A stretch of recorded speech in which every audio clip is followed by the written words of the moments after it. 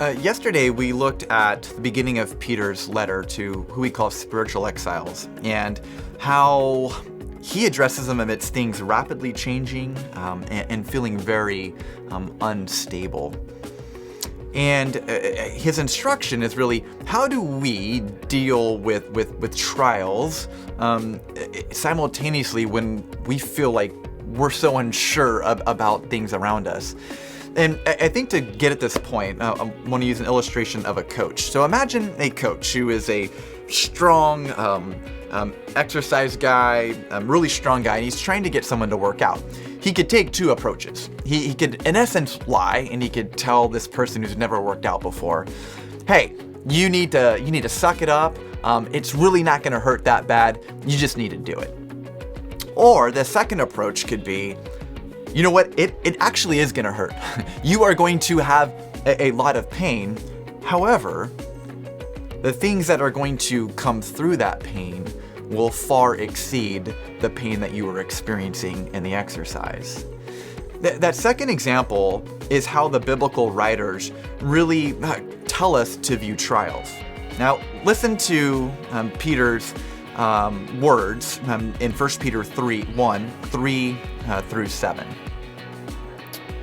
Praise be to the God and Father of our Lord Jesus Christ.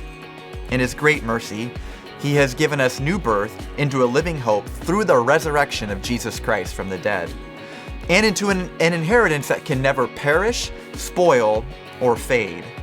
This inheritance is kept in heaven for you, who through faith are being shielded by God's power until the coming of the salvation that is ready to be revealed in the last time.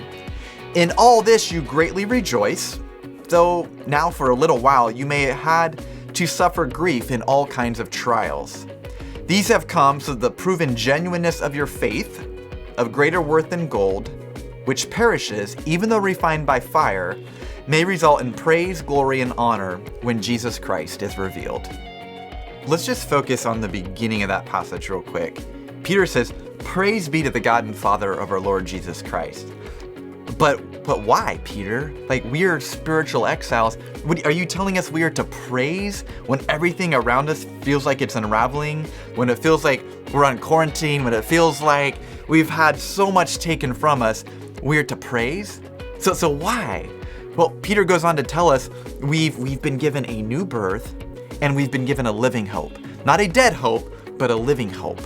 And so Peter, just like the second example of that coach, is telling us, he's not saying ignore your pain. He's not saying, oh, just pretend everything is normal. He's saying, no, I want to bring into your life an additional reality. And this additional reality is amidst your pain and amidst your hurting, you have a new birth and you have an inheritance that cannot be taken away from you.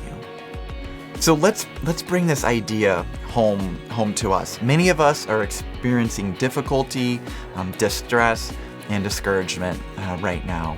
And Peter's instruction to us is not, oh, just suck it up. Oh, just pretend it's really not painful.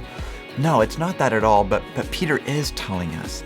He's reminding us of an additional reality, and that additional reality is this. Amidst so many things uncertain, we do have some things that are certain. We have been given a new birth. We do have an inheritance. We are sons and daughters of God through Christ. And it's important that we see our trials and we interact with them through that lens. So let's remind ourselves of this additional reality that is simultaneously true, even as we process grief and pain and suffering. And as we look ahead to tomorrow, I encourage you, read ahead 2 verses, because we're going to focus on exactly what this inheritance is all about.